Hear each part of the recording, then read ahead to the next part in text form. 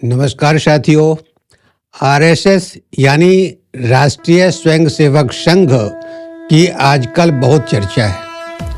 उसकी चर्चा चंदा चोरी के लिए भी हो रही है और उसके नेता के अटपटे बयानों के लिए भी।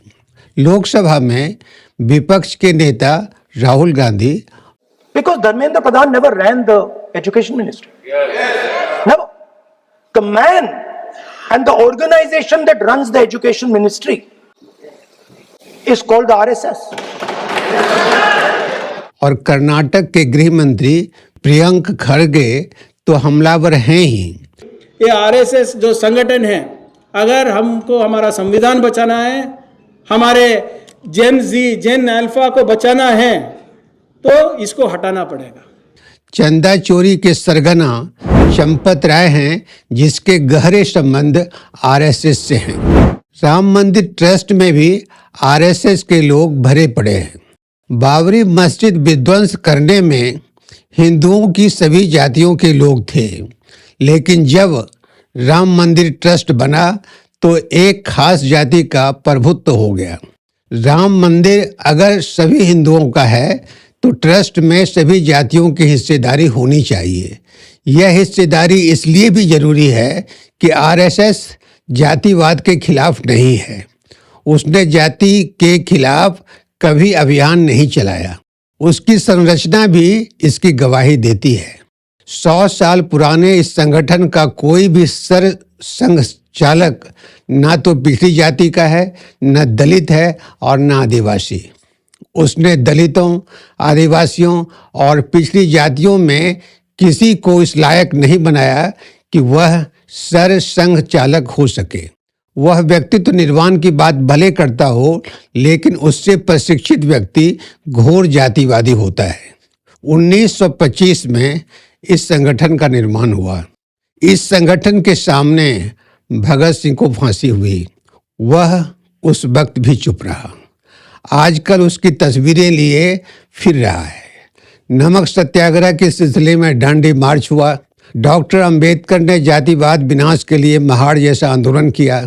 यहाँ तक कि अंग्रेजों ने दलितों को हिंदुओं से अलग कर पृथक निर्वाचन क्षेत्र की घोषणा की, जिसे कम्युनल अवार्ड के नाम से जाना जाता है। Doctor Bhimrao Ambedkar communal award के पक्षधर थे। गांधी को लगा कि इससे हिंदू समाज बिखर जाएगा और उन्होंने इसके खिलाफ अरबदा जेल में आमरण अनशन शुरू किया। इसके लिए गांधी को दलितों ने आज तक माफ़ नहीं किया। उन्हें आज भी लगता है कि गांधी का यह कदम उनकी राजनीतिक उन्नति में सबसे ज़्यादा बाधा साबित हुई है। आरएसएस उस वक्त भी चुप रहा। कम्युनल अवार्ड लागू होता तो हिंदुओं की क्या स्थिति होती, इसका सिर्फ अंदाज़ा ही लगाया जा सकता है। लेकिन हिंदुओं के किसी बड़े संगठन ने इस संदर्भ में कोई पहल नहीं की। आरएसएस ने आज़ादी के आंदोलन में एक बूंद रक्त भी नहीं बहाया। उसने ना तो 1942 के करो या मरो में हिस्सा लिया, ना अन्य किसी कार्यक्रम में। इसके उलट वह अंग्रेज़ों की मदद करता रहा। देश आज़ाद हुआ तो उसने तिरंगा के खिलाफ अभियान चलाया और रामलीला मैदान में संविधान की प्रतियां जलाई। वह तिरंगे और संविधान के खिलाफ रहा। आज़ादी के बाद पूरे 52 वर्ष बीतने के बाद नागपुर के अपने हेडक्वार्टर में तिरंगा फहराया।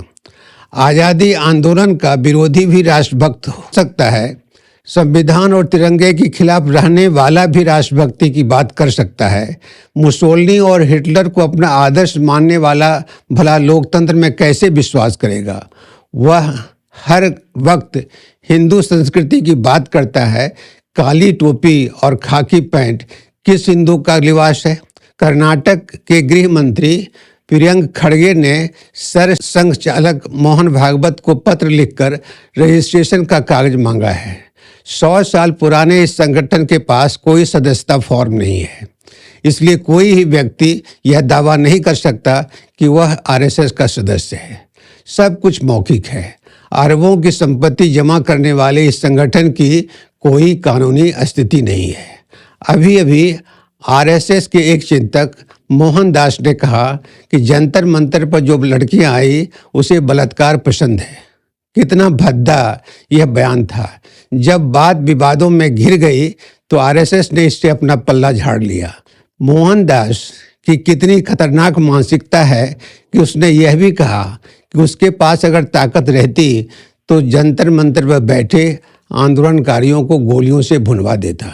गाय, गोबर और मूत्र की पैरवी करने वाले इस संगठन ने आज तक कोई उल्लेखनीय शोध नहीं किया, न विज्ञान में, न दर्शन में, न सामाजिक विज्ञान में।